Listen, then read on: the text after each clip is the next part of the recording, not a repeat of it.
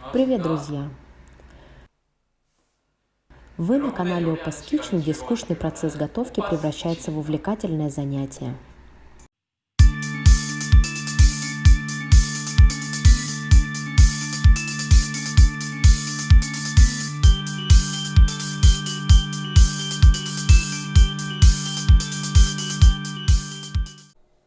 Блюдо, которое мы приготовим сегодня, неизменный номер один корейской кухни в топе всех иностранцев. И это пулькоги.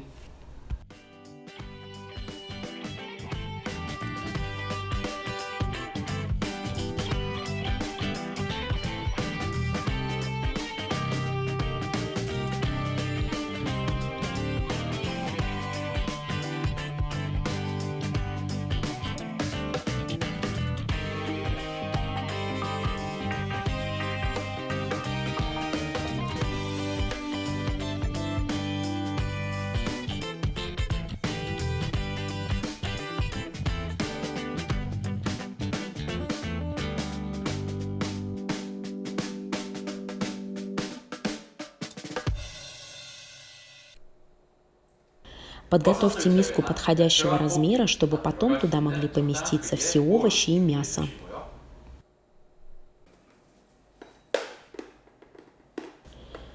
Положите в миску 2 столовые ложки сахара, 5 столовых ложек соевого соуса,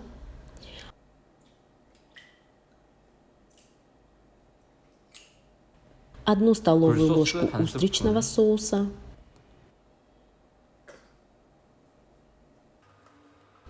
и 1 чайную ложку черного молотого перца. Четверть луковицы и половину груши необходимо натереть на мелкой терке.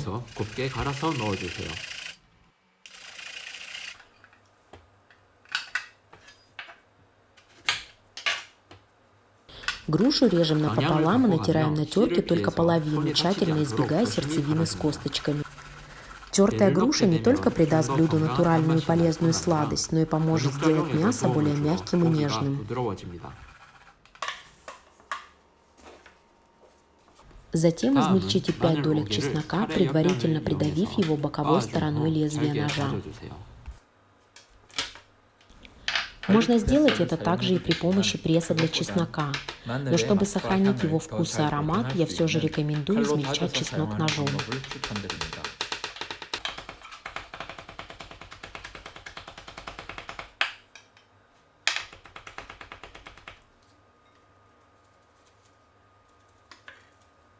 Подготовленные таким образом ингредиенты кладем в миску и тщательно их перемешиваем так, чтобы сахар полностью растворился. Процесс приготовления маринада можно значительно упростить, если смешать все необходимые ингредиенты в блендере. Итак, с приготовлением маринада мы закончили, и можно сказать, что наше блюдо уже наполовину готово. Теперь уберем маринад в сторону и займемся подготовкой мяса. Говяжье мясо в зависимости от его части может быть жестким, так как животные в течение жизни активно двигаются, поэтому так важно правильно его выбрать. Здесь я кратко поясню, какие части больше подойдут для пулькоги. Те, кому это не интересно, могут сразу же перемотать видео на минуту вперед. Правила разделки говядины в разных странах разные. Кроме того, они могут отличаться в зависимости от производителя. В Корее общепринятой является разделка говядины на 40 частей, но здесь мы кратко рассмотрим укрупненный вариант разделки только на 10 основных. Начнем с голени. Это самая задействованная в процессе ходьбы часть, поэтому мясо там жилистое и жесткое.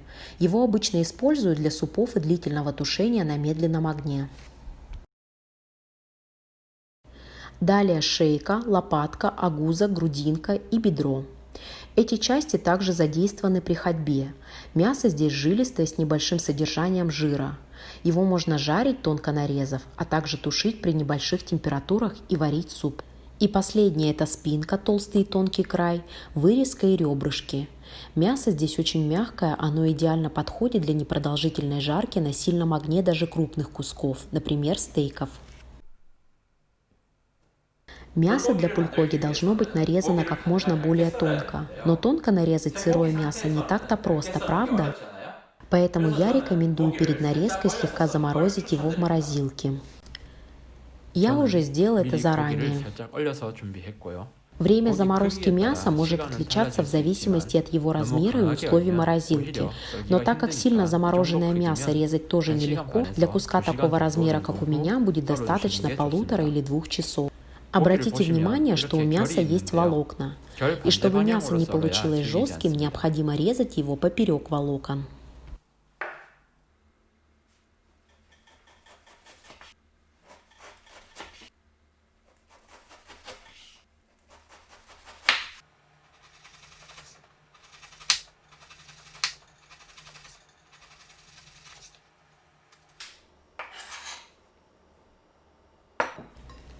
Нарезанное мясо положим в миску с маринадом. Затем оставшуюся от приготовления соуса луковицу нарежем соломкой. А теперь небольшой совет. Чешуйки лука состоят из вот таких волокон, и для блюд с термической обработкой лук лучше резать вдоль волокон, тогда он сохранит свою хрусткость. И наоборот, если вы планируете есть лук в свежем виде, то резать его лучше поперек волокон, тогда он не будет жестким. Я нарежу лук соломкой толщиной примерно в 5 мм.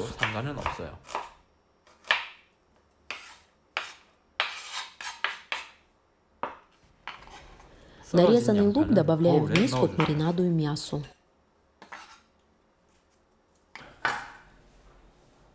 А сейчас давайте нарежем лук-порей. При выборе порея, который продается в России, нужно учитывать, что его зеленое перо зачастую бывает жестким. А значит, по возможности выбирать нужно лук с как можно более длинной белой частью. Нарежьте лук-порей по диагонали кольцами толщиной примерно 1 см. Толщина нарезки здесь не слишком важна. Нарезанный порей мы также добавляем в миску с мясом и тщательно перемешиваем все так, чтобы маринад распределился равномерно. При перемешивании желательно заранее отделить кусочки мяса друг от друга, тогда при жарке они не слипнутся.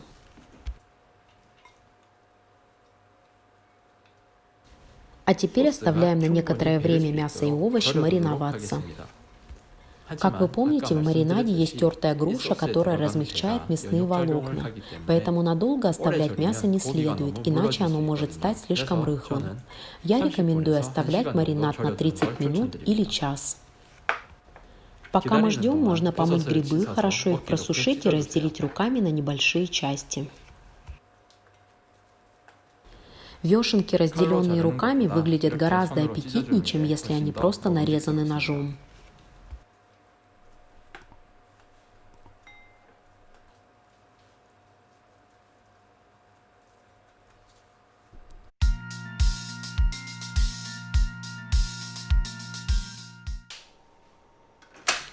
Когда наше мясо хорошенько замариновалось, ставим сковороду на плиту, добавляем достаточное количество масла и разогреваем его.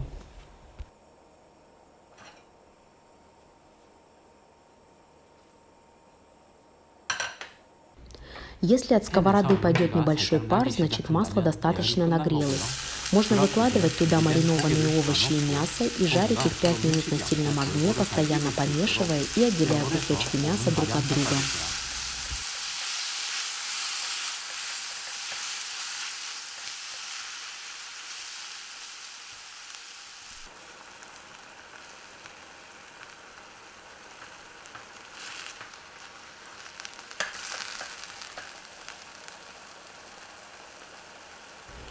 Через 5 минут, когда мясо достаточно прожарилось, мы добавляем заранее подготовленные грибы и, убавив огонь, жарим еще примерно 5 минут на среднем огне.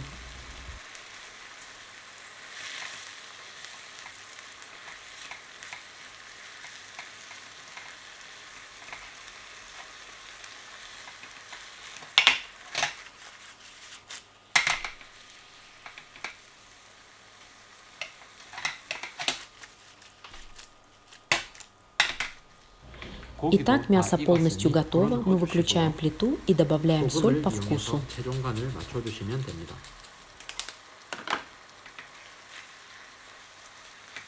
В самом конце также добавляем 1 столовую ложку кунжутного масла и как следует все перемешиваем. Кунжутное масло обладает приятным ароматом, но если долго держать его на сильном огне, запах быстро исчезнет и масло потеряет свой неповторимый вкус, поэтому его лучше добавлять в конце.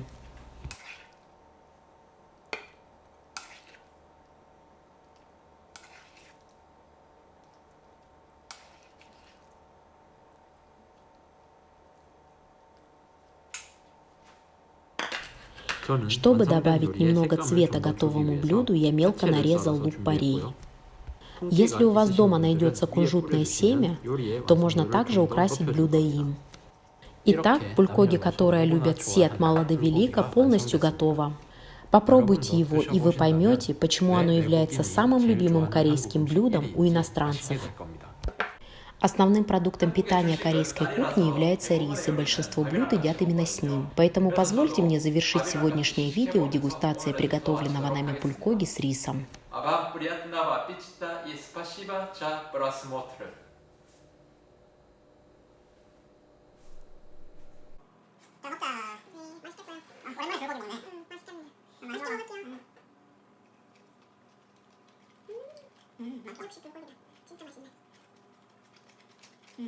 고기 되게 부드럽고 맛있네. 맛있다. 아까 마지막에 소금을 좀 쳐가지고 간이 딱 맞다. 딱 맞아. 버섯도 맛있고.